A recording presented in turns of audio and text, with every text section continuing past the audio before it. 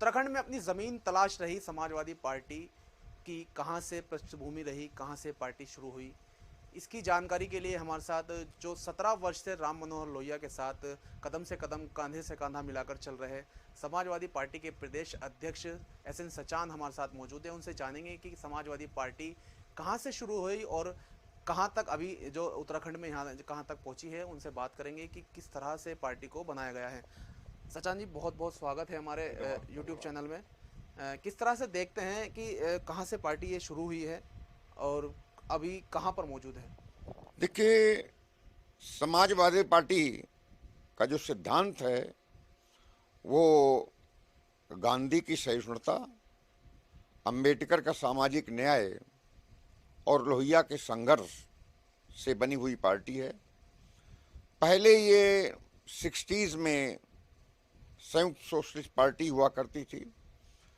Doctor Ram Manohar Lohia हमारे नेता थे और उस समय समाजवादी पार्टी से जुड़े हुए कई अन्य नेता थे। उसमें कमांडर अर्जुन सिंह भदौरिया, बलवान सिंह और इटावा से लेकर के इलाहाबाद तक रेड बेल्ट कही जाती थी। माननीय मुलायम सिंह यादव जी 1967 में विधायक बने और विधायक बनने के बाद जो सिद्धांत डॉक्टर लोहिया के थे वो उन्होंने अपनाए।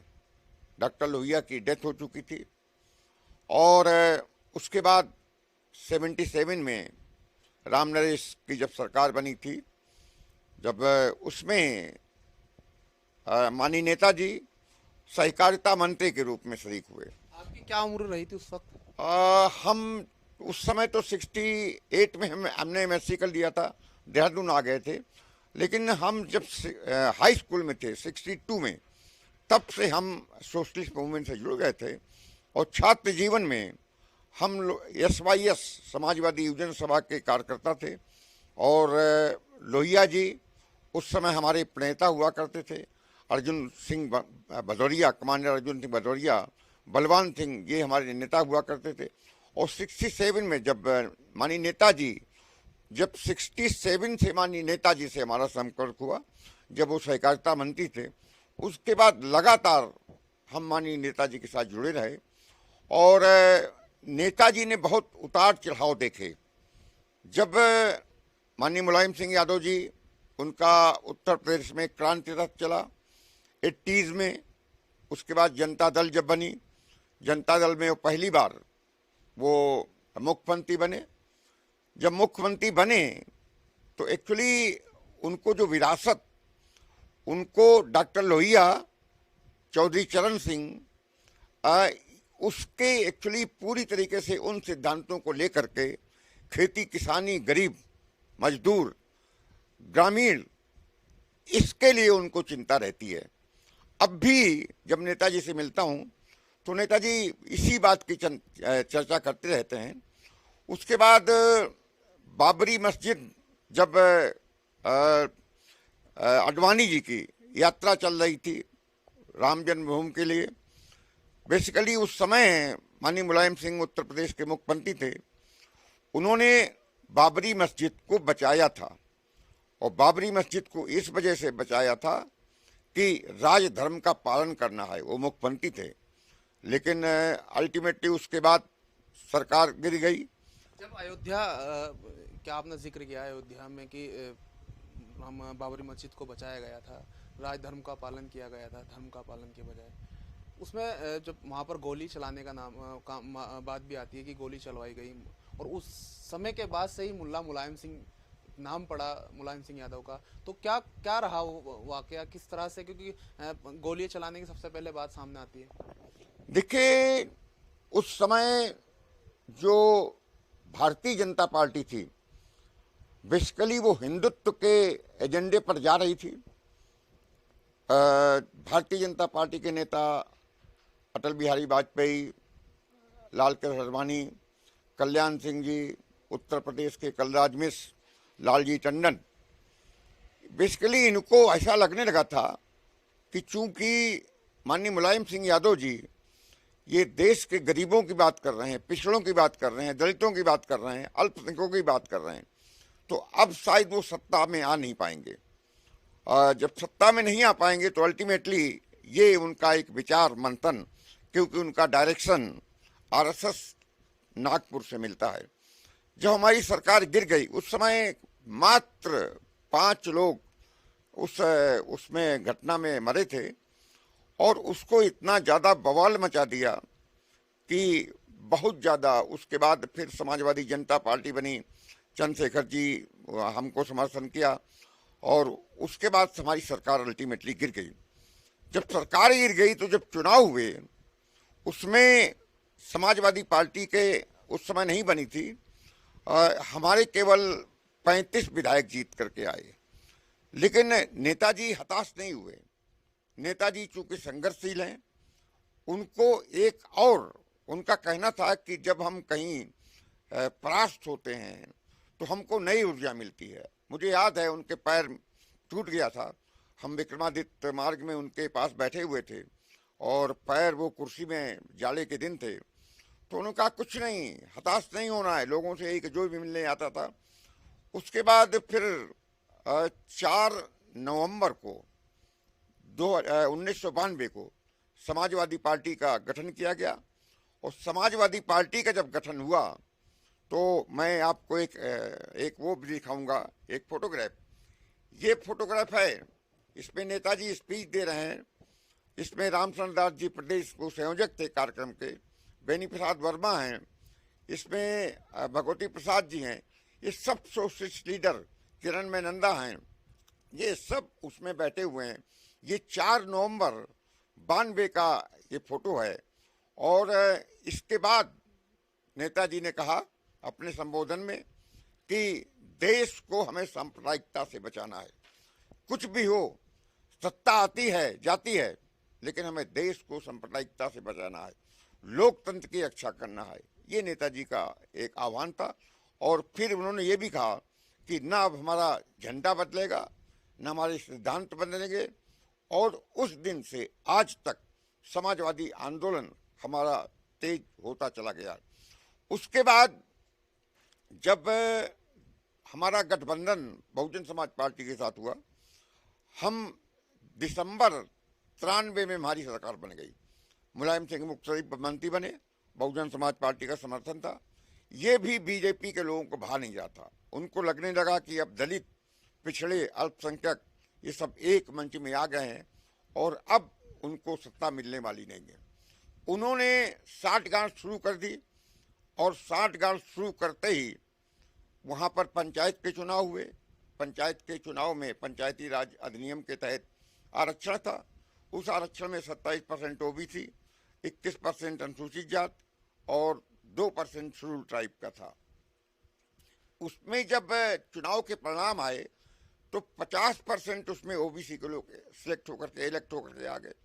मायावती को लालजी टंडन और कलराज मिश्र ने कहा कि अगर आप मुलायम सिंह जी के साथ रहीं तो मुलायम सिंह जी आपको पी जाएंगे, आपकी राजनीति बर्बाद कर देंगे।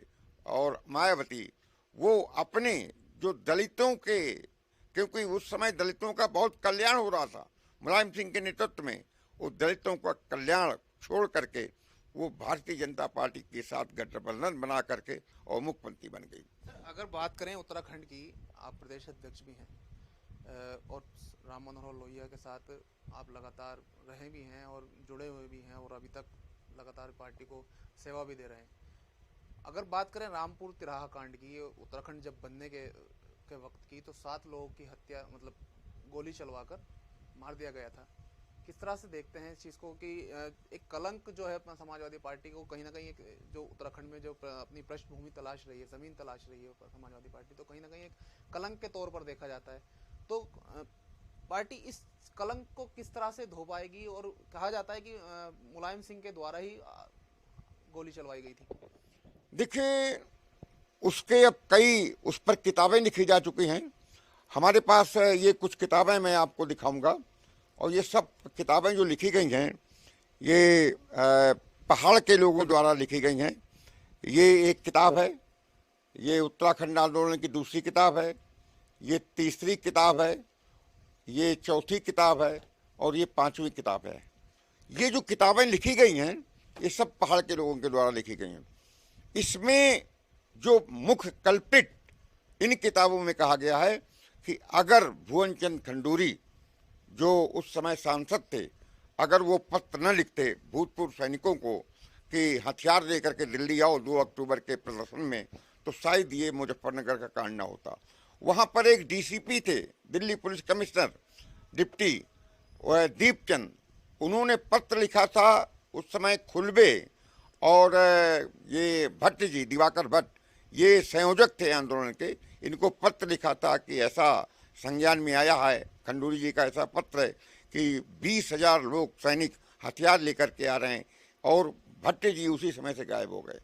बेसिकली ये बहुत बड़ी साजिश केंद्र में उस समय कांग्रेस की सरकार थी, केंद्र और भारतीय जनता पार्टी के लोगों की साजिश थी।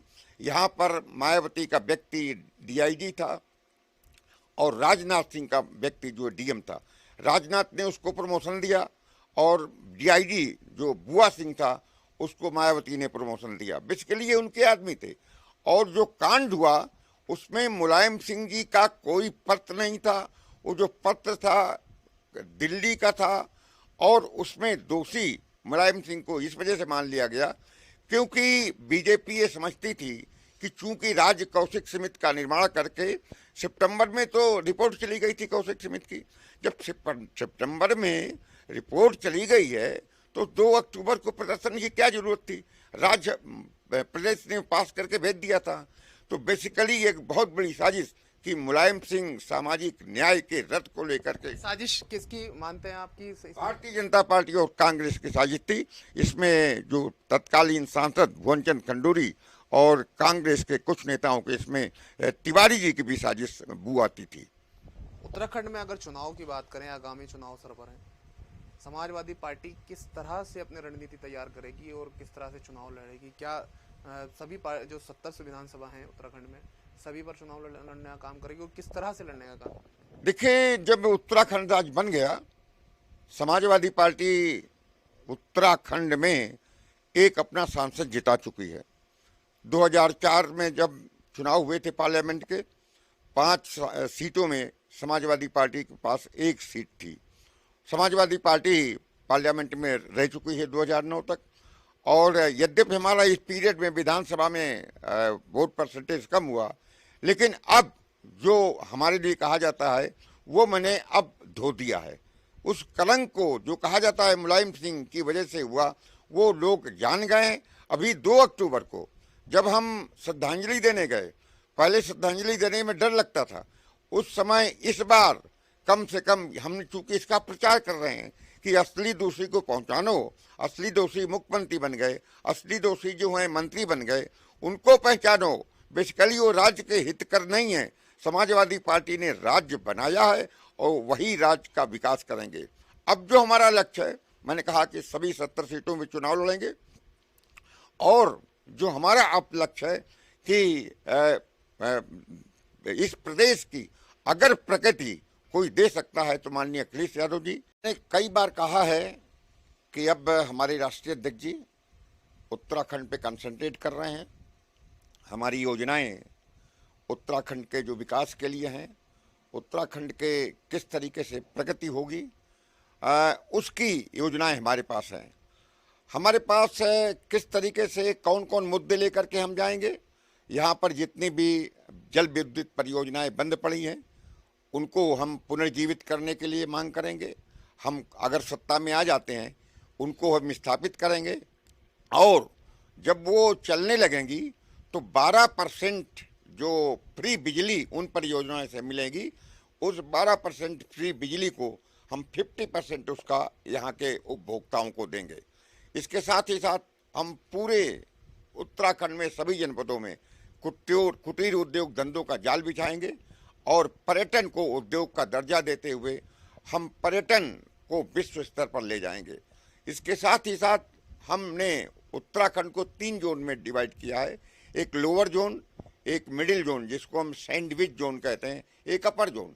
अपर जोन की परियोजनाएं हमारी अलग तरीके से होंगी। मिडिल जोन की वहाँ पर जो संसाधन उपलब्ध हो रहे हैं वो कुटीर उद्योग धंधे उन पर आधारित होंगे और नीचे जहाँ पर एग्रीकल्चर बेल्ट है हमारा, ये एग्रीकल्चर आधारित बेल्ट होगी। और सभी प्रत्येक परिवार के एक व्यक्ति को रोजगार की गारंटी समाजवादी पार्टी सुनिश्चित करेगी। श्रमिकों को न्याय मिलेगा, स्वास्थ्य सेवाएं और शिक्षा ये बेहतर होगी। इस तरीके से जो हमारे एक बिल्कुल जो हमारा नया संकल्प होगा, जो हमारी नई प्रतिज्ञा होगी, वो बिल्कुल दूसरी तरीके की होगी किसी भी दल की तरह। क्योंकि जितने भी दल यहाँ पर 20 वर्ष हो गए, 20 वर्षों में कांग्रेस और भारतीय जनता पार्टी इनकी मिली भगत रही है। एक बार तुम आओ, दूसरी बार हम आएंगे, और जो भ्रष्टाचार मुक्त प्रशासन समाजवादी पार्टी ही दे सकती है। क्योंकि ये दोनों दल, दोनों सरकारें भ्रष्टाचार में लिप्त रही हैं। इनके बल का अभी जो है पूरी तरीके से ये विकास उत्तराखंड का नहीं कर सकती। आपने एक बात कही कि एक घर से एक व्यक्ति को रोजगार देंगे। आम आदमी पार्टी भी कह रही है कि 300 यूनिट बिजली फ्री देंगे। एक घर से एक रोजगार गारंटी योजना भी उन्होंने चला रखी है, अभी कार्ड बना रहे हैं वो लगभग। एक घर से एक व्यक्ति को रोजगार, तो कहीं ना कहीं आम आदमी पार्टी से ही तो जुड़ा हुआ। क्योंकि देखिए, मैंने कहा है कि हम फ्री बिजली की बात मैंने नहीं की है। मैंने कहा जो 12% हमारा फ्री बिजली परियोजनाएं उसे मिलेगी। क्योंकि ये रेपेरियन स्टेट है, हम इस प्रदेश में बिजली पैदा कर रहे हैं, ये हमारा हक है। जब हमारा हक है तो उस हक को जो सरकार अपने पास रखती है उसको हम 50% जो है कंज्यूमर को देंगे। उनका चाहे जितना बिल आए उसका 50% लिया जाएगा। और इसके साथ साथ जो रोजगार की बात कही है, रोजगार वो कैसे देंगे, उनके पास मॉडल नहीं है। मैंने कहा कि हम पर्यटन को उद्योग का दर्जा देंगे, और उस पर्यटन को जब उद्योग का दर्जा देंगे, हर 50 मिनट में हम एक कॉम्प्लेक्स बनाएंगे, टूरिस्ट कॉम्प्लेक्स बनाएंगे, वहाँ रहने की आधुनिक सुविधाएं होंगी, वहाँ पर एम्प्लॉयमेंट मिलेगा। इस तरीके से हम करीब 50,000 लोगों को एम्प्लॉयमेंट हम पूरे पहाड़ में दे सकेंगे। क्योंकि जो टूरिस्ट कॉम्प्लेक्स हमारा होगा हर 50 किलोमीटर के बाद बनेगा। सर, तो क्या 70 विधानसभा पे चुनाव लड़ने की तैयारी कर ली गई है समाजवादी पार्टी की तरफ से? हाँ, पूरी 70 विधानसभाओं के हमें चुनाव लड़ना है। माननीय राष्ट्रीय अध्यक्ष जी का कहना है, माननीय राष्ट्रीय अध्यक्ष जी खुद मॉनिटर कर रहे हैं, और वो लगातार हर हफ्ते वो पूछते हैं कि अब क्या तैयारी हो गई, अब क्या, कितना, किस तरीके से, कहाँ के आवेदन आ गए, और सब तरीके से पूरी तरीके से वो खुद मॉनिटर करते हुए हमारे प्रभारी राजेंद्र चौधरी जी हैं, उनसे तो लगभग प्रत्येक दिन बात होती है। और अभी प्रभारी जी भी आएंगे, राष्ट्रीय अध्यक्ष जी का प्रोग्राम नवंबर में लगेगा, और हम समझते हैं कि इस बार समाजवादी पार्टी यहाँ पर सत्ता में आएगी, और तभी यहाँ का जो विकास है, यहाँ की प्रगति होगी, वरना उसके पहले प्रगति संभव नहीं है। तो बहुत बहुत शुक्रिया हमसे बात करने के लिए सर। धन्यवाद, बहुत बहुत धन्यवाद आपके। तो ये थे हमारे साथ समाजवादी पार्टी के प्रदेश अध्यक्ष एसएन सचान, जो 17 वर्ष की आयु से राम मनोहर लोहिया के साथ जुड़े हुए हैं। राम मनोहर लोहिया की बनाई हुई पार्टी के साथ जुड़े हुए हैं, और आगे भी समाजवादी पार्टी के जो प्रदेश अध्यक्ष वो यहाँ पर उत्तराखंड में हैं, और समाजवादी पार्टी जो ज़मीन तलाश रही है उसको आगे बढ़ाने का काम भी समाजवादी पार्टी का एसएन सचान साहब कर रहे हैं। और अगर विधानसभा चुनाव की बात करें तो उनका साफ तौर पर कहना है कि एक घर से एक व्यक्ति को रोजगार देने का काम करेंगे। बिजली जो उत्तराखंड में जो बनती है बिजली, उसको कहीं ना कहीं एक कम दरों पर देने का भी काम किया जाएगा।